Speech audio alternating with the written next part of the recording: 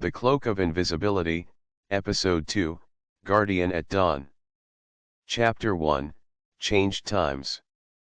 In the gentle morning light, John sat in solitude of his rustic, stone-walled room, sipping his brew of warm tea. The chatter and laughter of Hillsburg echoed softly in the distance, but it seemed like a world separate from John's silent contemplation. Suddenly, the everyday life that hummed outside his window felt distant, as if he was straddling two realities, his once ordinary existence and his new identity bestowed by an invisible cloak. He glanced at it, basking in the subtle morning glow, hanging quietly over a chair. The cloak that was now an inseparable part of him. A cloak, which effortlessly blended with the surroundings, whenever he wore it. He felt his heart pound with a mixture of dread, exhilaration, and humility. As he stepped into the thick folds of the fabric, vanishing from sight, he realized how much his life had changed. People could walk right through him, oblivious of his presence. He was there, yet not there. A part of the world but standing apart from it, observing like a silent guardian. He watched life unfold, the children running to school, the vendors yelling fare for their goods, the old trees' leaves swaying in a rhythm. It was his town, his people. But, the responsibility to save it using a power nobody else knew about, was daunting. He felt the cloak become heavier with this realization, clinging tightly to him as if it could sense his anxiety. Chapter 2, The Whispering Woods. The elusive sunset glow refracted through the thick foliage, casting an emerald hue over the dense forest. Predominantly silent, apart from the rustling of leaves and soft whispers of the wind, this forest was John's secret sanctuary. It was where he indulged in his solitude, undisturbed, yet paradoxically accompanied by his cloak's constant presence. His unspoken agreement with the woods, under the gaze of a million tiny organisms, allowed him to peel back the layers of his complex powers. It was here that he practiced moving like a ghost, caressing streams of orphaned sunlight and battling his silent fears. He fell, he faltered, but he also learned. He found that maneuvering invisibly had its perks yet wasn't as easy as one may believe. Anytime he pushed himself beyond his comfort zone, the forest bore witness to his struggles and triumphs. The ancient trees stood like stern teachers, teaching him patience. The fast-paced stream whispered resilience, and the vast openness reminded him of the endless possibilities. Chapter 3, An Unexpected Ally. The tranquility of the forest was momentarily disrupted one afternoon by a human voice. Lilith, a young local girl recognized for her peculiar charm and striking intelligence, had inadvertently ventured deep into the woods. She stumbled upon John, intrigued by the strange rustling of leaves and inconsistent shadows. Seeing him invisible, she didn't scream nor did she run away. Instead, she stood her ground, fear morphing swiftly into curiosity. Some call it eccentricity, while others call it courage. But John knew then, that she was different, and could help him understand the cloak's true potential. From deciphering the cloak's uncanny powers, reciting old legends associated with it, to teaching John control over physical visibility, Lilith became his most unexpected yet valuable companion on this solitary journey. This chapter painted a picture of friendship woven in the loom of extraordinary circumstances, introducing a beautiful arc of companionship in an otherwise lonely adventure. Chapter 4, The Ties That Bind. Clad in the guise of invisibility, John often visited the heart of Hillsburg.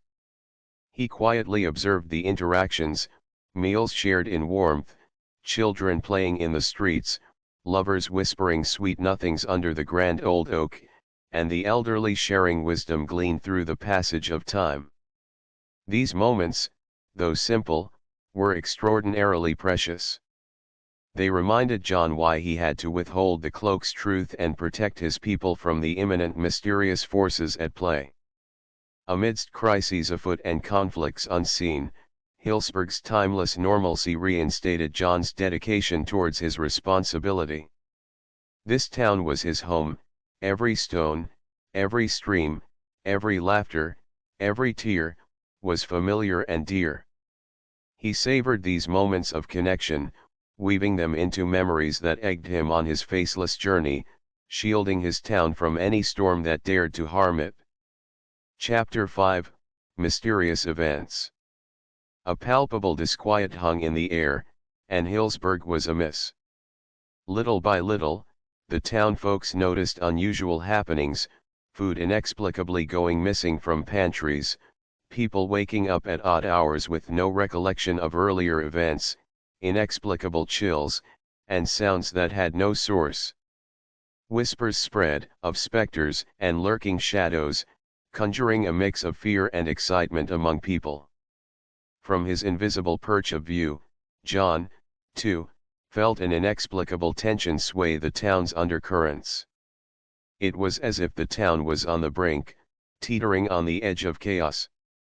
Little did they know the strings of their plight were being pulled by forces that roamed unseen, just as he did, hidden beneath the cloak. As the line between protector and predator blurred, the chapter reached its crescendo, setting the tone for imminent confrontation. Chapter 6, Full Moon Encounter. The night was awash with silver curtains of light pouring from the full moon. The bright orb hung in the sky like nature's vigilant eye, casting an eerie glow and long shadows on Hillsburg. Bizarre happenings escalated to a fever pitch. It was as if an invisible force was tightening its grip around the town, fueling fear and unspoken dread. In the midst of the chaos, John, wrapped in his cloak of anonymity, collided with a force as hidden as he. As he confronted the strange being, now no more an unseen enemy, the white wane of the moon shone on them, staging their encounter as an epic duel. This chapter pushed John to the brink, testing his mettle and the limits of his power beneath the moonlit stage. Chapter 7, Unveiling the Truth. Guided by fate, for it could be no other hand guiding him, John discovered a concealed lair functioning amidst the forest's thick undergrowth.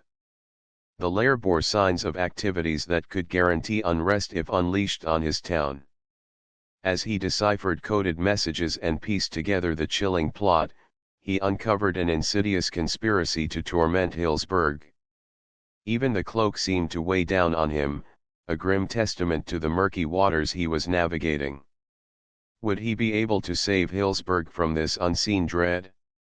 The clock was ticking, urgency was mounting, and the magnitude of the danger lurking on the threshold of his beloved town stood revealed. He alone stood against the enemies, and their monstrous plan as the town's sole invisible defender. Chapter 8, Dawn of a Hero. As morning first light painted the sky with strokes of crimson and gold, a new day dawned over the undisturbed Hillsburg.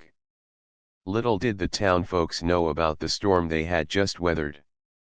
Peace was restored, the invisible turmoil had passed, and life carried on with renewed joy. John, standing on the town's periphery, basked in the hues of dawn with silent satisfaction.